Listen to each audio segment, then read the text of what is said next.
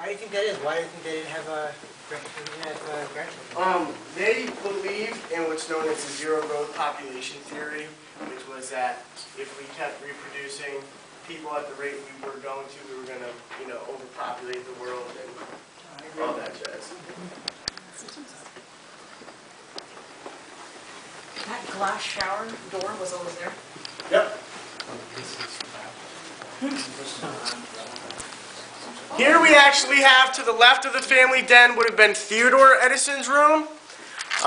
Theodore Edison actually went off to MIT when he was 18 years old, and after he goes off to school, Mina rearranges the room to be a girl's room in hopes that she would actually have another child with Thomas. That actually never ends up panning out, so that's the reason why it's actually made up to be a female's room, but initially that's where Theodore Edison would have grown up. How many kids did they have?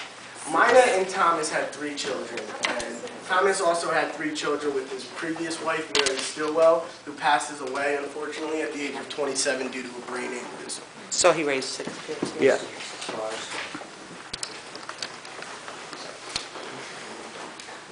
As we move along, we come to the largest room in the home.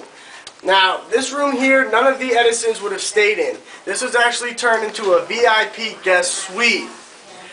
Thomas Edison's very good friend Henry Ford is actually quoted by saying in a journal entry that he had stayed in some of the most lavish 5-star hotels throughout his career, but when he would come here to the Glenmont estate and stay in the VIP guest suite, he would get some of the best night's sleep that he ever got. Henry Ford said that. Whose quote is that? Really? William. Henry Ford. That is William Cullen Mina Edison's father. Looks almost like him.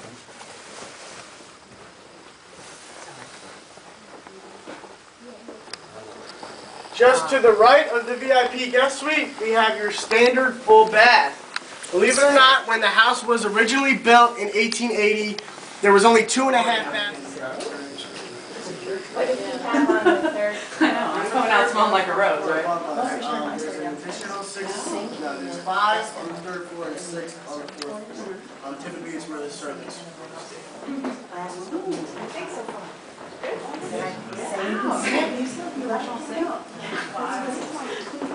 So is this another guest room? Oh, that's a beautiful secretary. Oh my goodness, wow. Yeah. Think anyone noticed that if I put that under my coat? No.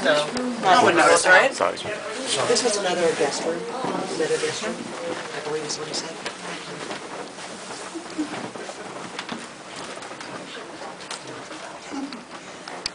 Shower, good.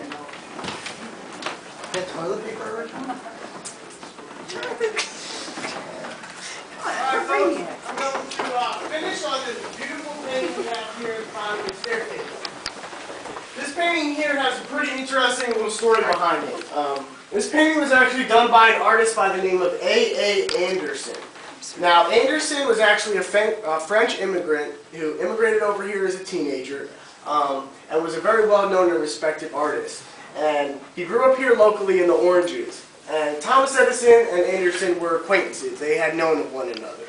And ironically enough, in 1912, Thomas Edison goes to France on his business exposition that he goes to annually. And he actually runs into Anderson, who just happens to be having holding an art show in his hometown during that same exact week. Well, Edison, not knowing any French, actually asked if Anderson would be nice enough to translate for him during his business exposition. And Anderson obviously accepts. And he translates for Edison during his 5-day trip. And on Edison's final day in France, he goes and he visits Anderson at his hometown where his art show is being held, and actually purchases this painting, which happened to be the most expensive piece of artwork that Anderson had for sale. Purchasing it sort of as a token of generosity for Anderson having translated for him on his business trip. It takes over 2 years for it to get from France over here to West Orange. And Thomas Edison loves the painting so much, he wants it to put it right here at the bottom of the staircase where he would be able to see it and appreciate it every day. And that really didn't roll over so well with his wife, Mina. The picture was seen as quite risque for its time. So she was very unhappy about it at first, but Edison sort of had the final say in it. It's actually titled The Morning After the Ball, and it's actually a young female who's reading the morning paper to see how she was perceived at the ball the night before.